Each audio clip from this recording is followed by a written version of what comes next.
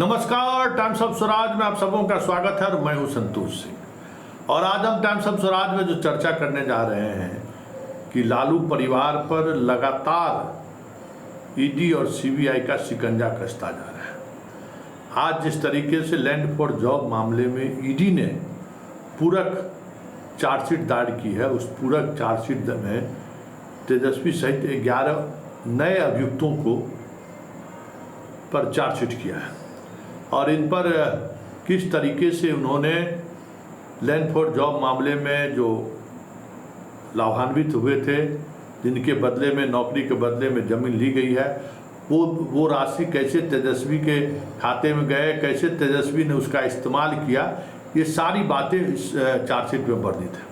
95 नए तथ्य इस पूरक चार्जशीट में दायर की गई है और इस नए तथ्य में पूरी तौर पर तेजस्वी पर यह फोकस है। और जिस तरीके से तेजस्वी को घेरने की कोशिश हुई है, ये साफ दिखने लगा है कि 2025 के विधानसभा चुनाव से पहले ईडी और सीबीआई कोई बड़ा खेला करने वाला है, क्योंकि इस केस में भले ही जमानत पर हैं, लेकिन जिस तरीके से पूरक चार्जशीट दाखिल कर 13 अगस्त को सुनवाई की तिथि निर्धारित की गई है और जिस स्पीड के तहत अब सुनवाई हो रही है, क्योंकि आप जनप्रतिनिधि हैं, तेजस्वी के मामले में एमपी एमएलए कोर्ट में त्वरित सुनवाई होनी है। लालू यादव के साथ ये बात नहीं है, लेकिन हेमा यादव के साथ भी ये बात नहीं है, लेकिन मीसा और तेजस्वी के साथ अब ये बातें स्पीडी ट्रायल के तहत सुनवाई होगी। और जो डॉक्यूमेंट्स ईडी द्वारा मुहैया कराया गया है कोर्ट को, वो 13 तारीख को उस डॉक्यूमेंट्स पर बहस शुरू होगी।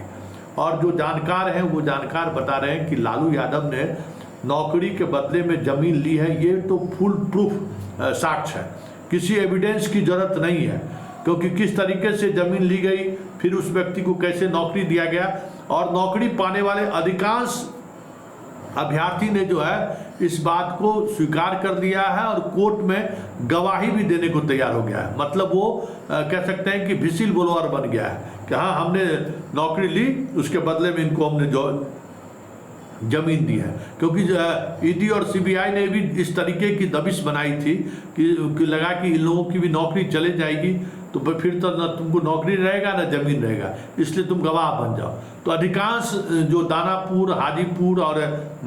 ग्वालियर वगैरह में जो पोस्टेड थे, 76 ऐसे कैंडिडेट हैं, वो विसिल ब्लोअर बन चुके हैं। मतलब इनके खिलाफ सरकार के पक्ष में गवाही देने को तैयार है और उन्होंने कहा कि किस स्तर पर भ्रष्टाचार हुआ है। जैसे ही ये गवाही की प्रक्रिया शुरू होगी तो ये तय मानिए, क्योंकि ये सभी सरकारी कर्मचारी हैं, एक सप्ताह के अंदर गवाही की प्रक्रिया पूरी करके सजा दिलाने की कोशिश चल रही है। कोशिश यही है कि 2025 के विधानसभा चुनाव से पहले लालू परिवार के अधिकांश सदस्यों को सजा मिल जाए, इसकी पूरी कोशिश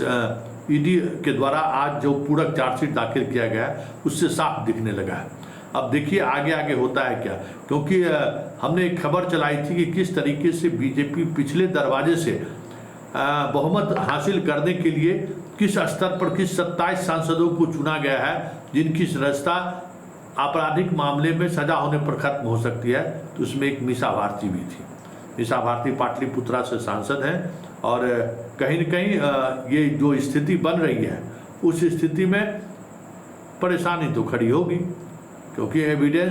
सारे एविडेंस हैं कि ज़मीन के बदले उन्होंने नौकरी दिया। ये अलग बात है कि ये साबित करना, क्योंकि उस समय में सभी नाबालिग थे,